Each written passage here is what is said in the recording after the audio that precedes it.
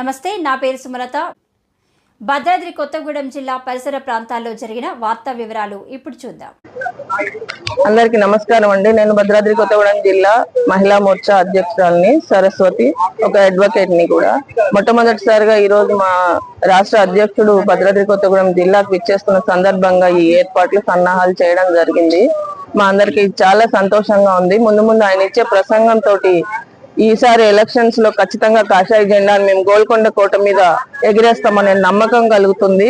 ఆయన ఒక లాయర్ గా చేశారు, ఎమ్మెల్సీగా చేశారు, చాలా మంచి వక్త కూడా. ఇప్పుడు ఆయన ఇచ్చే ప్రసంగం తోటి చాలా మందిలో కూడా మార్పు వస్తుంది అనే ఆలోచన కూడా ఉంది.